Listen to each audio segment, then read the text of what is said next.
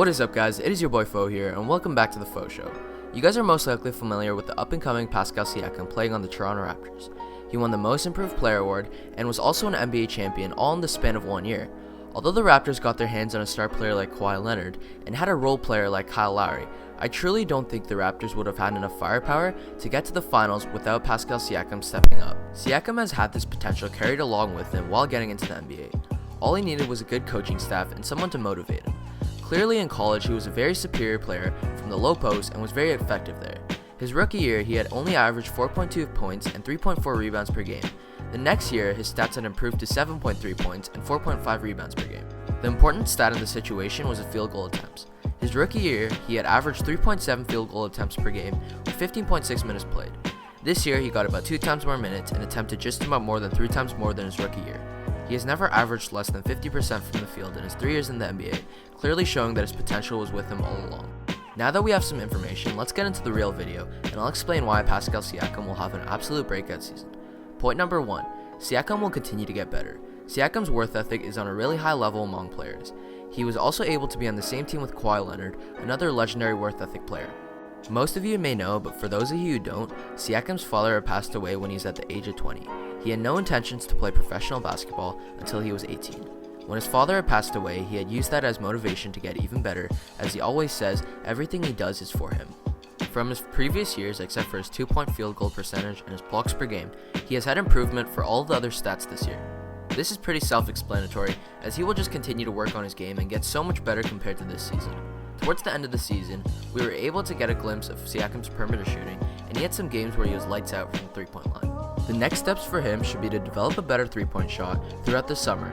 He could be a very dangerous player, as not only can he stretch the floor, but his low post game will continue to get better. Also, if he puts a few pounds into himself and gets stronger, his post defense will just get a lot better. He'll also be able to box out, which will prevent the other team to get offensive rebounds, which is a pretty big problem for the Toronto Raptors in the playoffs. Point number 2. Kawhi's gone. I'm sure all of you know Kawhi had signed with the LA Clippers and had pursued Paul George to come along with him. Who's going to be the star in the Toronto Raptors now? I mean, it's going to be none other than the 2018-19 Most Improved Player, Pascal Siakam. He's going to get the ball in his hands so much more often throughout the whole game. In late game situations where the game would be on the line, at least 50% of the plays Nick Nurse had drawn up was for Kawhi to take the final shot. Now that he's gone, I'm sure Siakam will get the ball more in these situations that are for the game. He's really stepped up during clutch moments for the Toronto Raptors and will get the ball more often. I wouldn't be surprised if he makes a name for himself as a clutch player and defines himself to be a top-tier power forward. In the 2019-20 season, he's going to be the franchise player for the Raptors, and he knows he must step up. To do so, he'll work on his perimeter shooting, his low post game, and he'll continue to get stronger and faster. Point number 3, the Most Improved Player charm. Yup, I know. As cheesy as it sounds, I promise you that this is a serious point. All players that have won the Most Improved Player award had improved their points per game the following year, except for a few players, but there are reasons for them. Last year's Most Improved Player was Victor Oladipo, but I'm sure everyone knows this, but he had a very serious leg injury, ironically against the Toronto Raptors. He couldn't play for the remaining half of the season, as he only played 36 games this year, meaning he definitely could have averaged more points than his previous year if he stayed healthy. If that isn't enough, Domantas Sabonis and Bojan Bogdanovic had their breakout years, as they had both increased their points per game from their previous years. This also means Oladipo didn't have the ball in his hands that much, as he had guys like Sabonis and Bogdanovic trying to prove themselves. So Oladipo is an exception. The 2016-17 Most Improved Player was Giannis Antetokounmpo. I mean, do I even have to say anything? He averaged 22.9 points per game that year, and the following year he had improved by averaging 4 more points per game, making it 26.9. The 2015-16 Most Improved Player was CJ McCollum. He had averaged 20.8 points per game while winning the award, and the following year he had improved by averaging 23 points per game. This is very impressive, as an upcoming superstar, Damian Lillard was in the making and he was averaging 27 points per game. As a second star, it is very impressive to average 23 points per game. The 2014-15 Most Improved Player was Jimmy Butler, and he had averaged 20 points per game. The following year he went up to 20.9 points per game, which isn't much, but it meant he had maintained a skill level. The year after was when he improved by averaging 3 more points per game, bumping it up to 23.9. The 2013-14 Most Improved Player was Goran Dragic. He was also an exception, but hear me out. The following year he was playing with a well-improved Eric Bledsoe, as he led the team in most points per game. The 2014-15 Suns had also picked up Isaiah Thomas, which was when he started to reach his peak before he got to the Celtics. He averaged a surprising 15.2 points per game coming off the bench. When you got 3 guards, all averaging over 15 points per game, minutes start to get really crowded. They also had a young Markieff Morris on their team, and he had a very good season while scoring the most amount of points per game he's ever averaged with 15.3.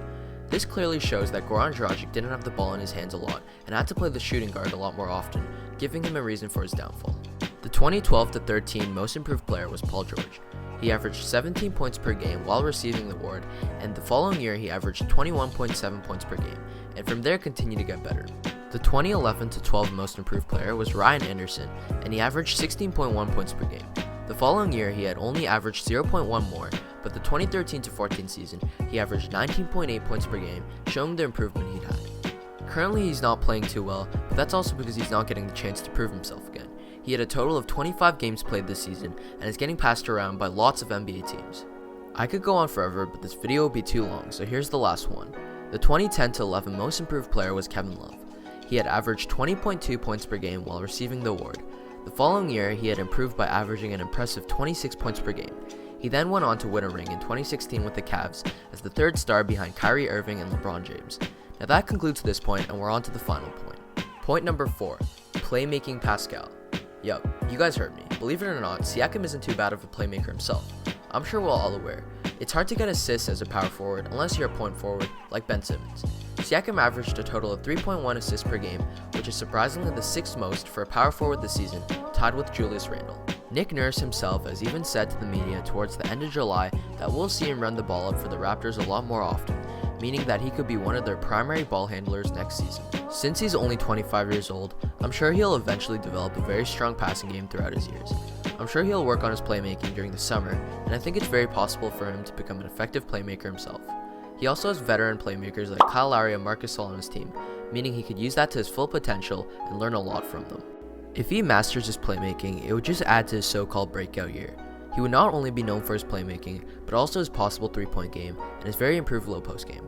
This may be a little bit of a stretch, but if what I said really comes to reality, we might even see this man with the MVP award in his hands from his upcoming years.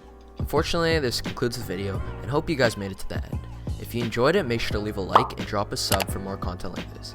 I make basketball videos and express my opinions on different topics based on the NBA. I wish to see everyone again in my next video, and until next time, I'll see you guys then.